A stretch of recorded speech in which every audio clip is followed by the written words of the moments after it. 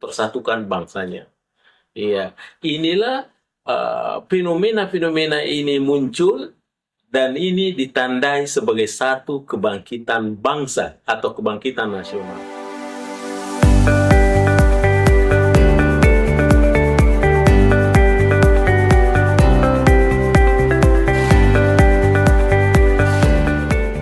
Baik para pemirsa sekalian dimanapun berada, terima kasih atas segala atensinya.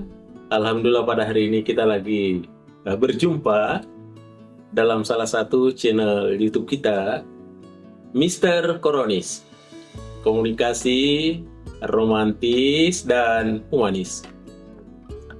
Baik para pemirsa sekalian dimanapun berada, saya tidak pernah berhenti-hentinya mengucapkan terima kasih kepada pemirsaku dimanapun berada, karena selalu meluangkan waktu, menyempatkan waktu untuk senantiasa menonton channel YouTube kita ini yang tentunya bercerita tentang pernak-pernik komunikasi, gejala-gejala komunikasi.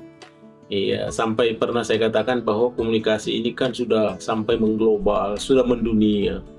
Hampir lagi tidak ada limit-limit, tidak ada batas waktu lagi terkait dengan fenomena-fenomena komunikasi.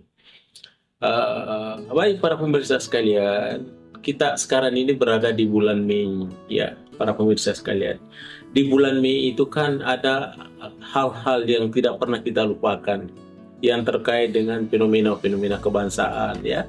Taruhlah seperti 2 Mei, ya, Hari Pendidikan Nasional. Itu kadang-kadang kita peringati setiap tahunnya.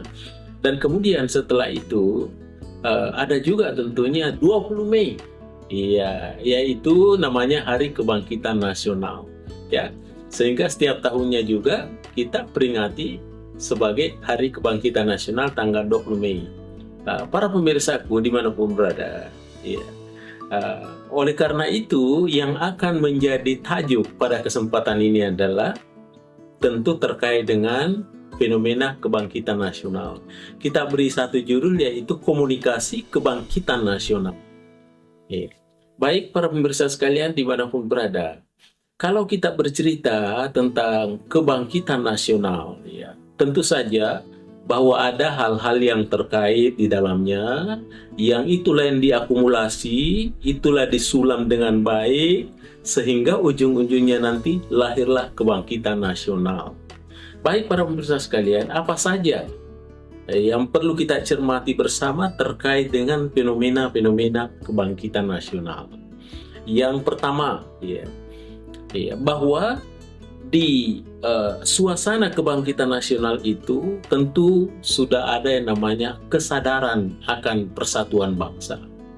Iya, bagaimanapun juga tentu kita ingat bersama, kalau kita melihat histori kebangsaan kita, dinamika ketatanegaraan kita, tentunya ratusan tahun sebelumnya kita termasuk daerah-daerah koloni daripada Belanda dan Jepang.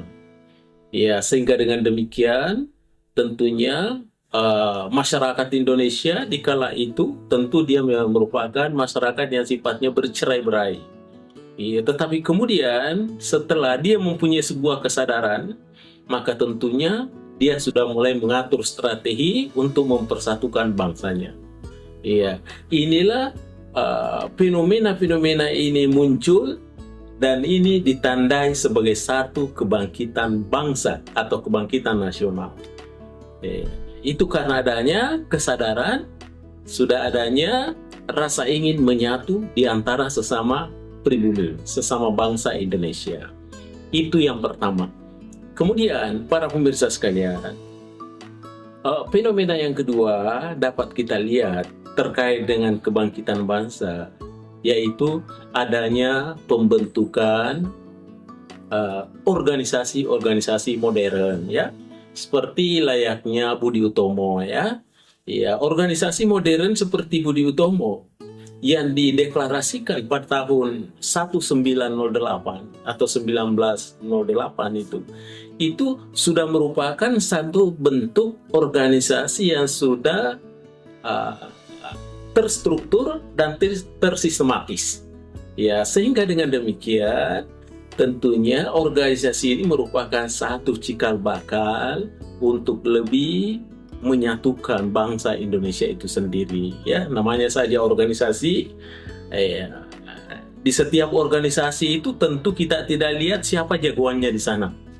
Tetapi dalam setiap organisasi itu yang kita lihat itu adalah bukan Superman-nya, siapa orangnya, tetapi yang kita selalu nanti-nantikan itu adalah super timnya. Iya, timnya yang kita lihat secara kolektif, bukan individunya. Oleh karena itu, dengan terbentuknya organisasi modern pada tahun 1908, organisasi Budi Utomo ini, maka ini juga merupakan salah satu wujud nyata bahwa betul-betul masyarakat kita, warga negara Indonesia sudah mulai memasang strategi terstruktur dan sistematis, tentu terkait dengan bagaimana nanti bisa mendeklarasikan namanya sebuah kemerdekaan. Itu yang kedua.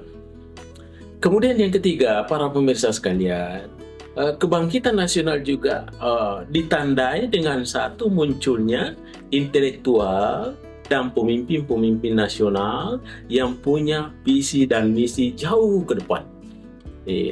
Di kala itu kan muncul pemuda-pemuda kita yang sudah mendeklarasikan dirinya dan mempunyai visi misi yang jauh ke depan.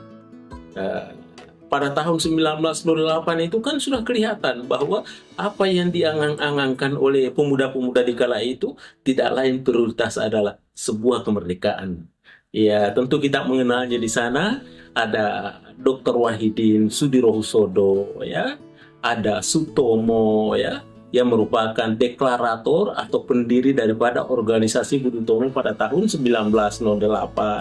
Ya, ada Daus Dekker di sana, ya, ada Ki Hajar Dewantara dan teman-temannya tentunya.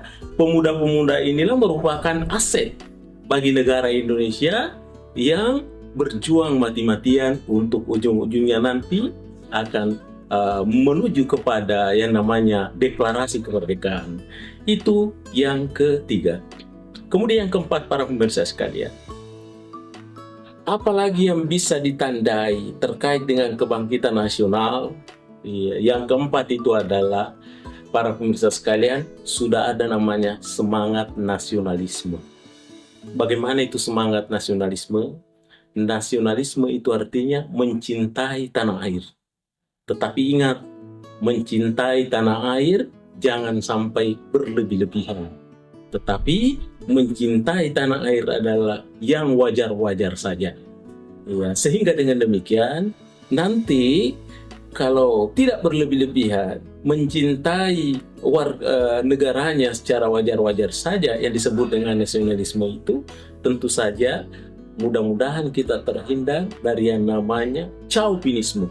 Apa itu chauvinisme? Hanya bangsanya saja yang dianggap baik, bangsa lain tidak bagus. Ini adalah sesuatu yang kurang baik. Oleh karena itu, kita harus punya semangat nasionalisme yang wajar-wajar saja. Punya cinta kemerdekaan, punya cinta tanah air, cinta produk-produk Indonesia. Itu yang keempat. Para pemirsa sekalian, dan kemudian terakhir itu yang kelima adalah bagaimana wujud daripada kebangkitan bangsa itu adalah wujudnya sudah terjadi perubahan paradigma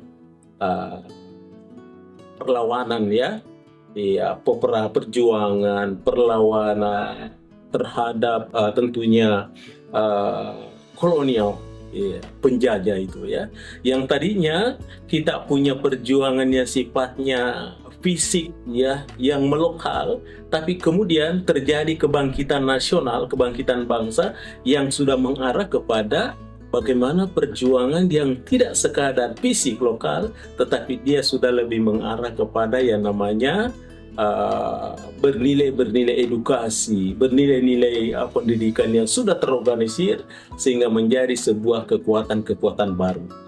Kekuatan-kekuatan ini menjadi sebuah paradigma baru di dalam mengisi hal-hal yang ada di dalam negara di Indonesia, yang ujung-ujungnya nanti adalah dideklarasikannya namanya sebuah kemerdekaan pada tanggal 17 Agustus 1945.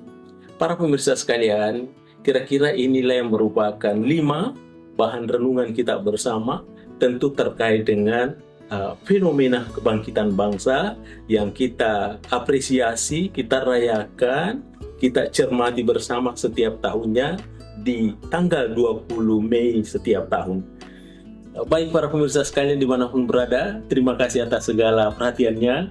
Mudah-mudahan fenomena Hari Kebangkitan Nasional yang selalu kita laksanakan ini menjadi sebuah inspirasi yang baik, menjadi sebuah support yang baik agar kita tentunya bagaimana mencintai negara Republik Indonesia, bagaimana hari ini bangsa kita menjadi lebih baik dari yang kemarin, dan insya Allah bangsa kita akan menjadi lebih baik daripada hari ini. Baik para pemirsa sekalian dimanapun berada, terima kasih atas segala atensinya dan yang tak pernah berhenti menonton channel YouTube kita, Mr. Koronis. Mr. Koronis mengundurkan diri. Assalamualaikum warahmatullahi wabarakatuh.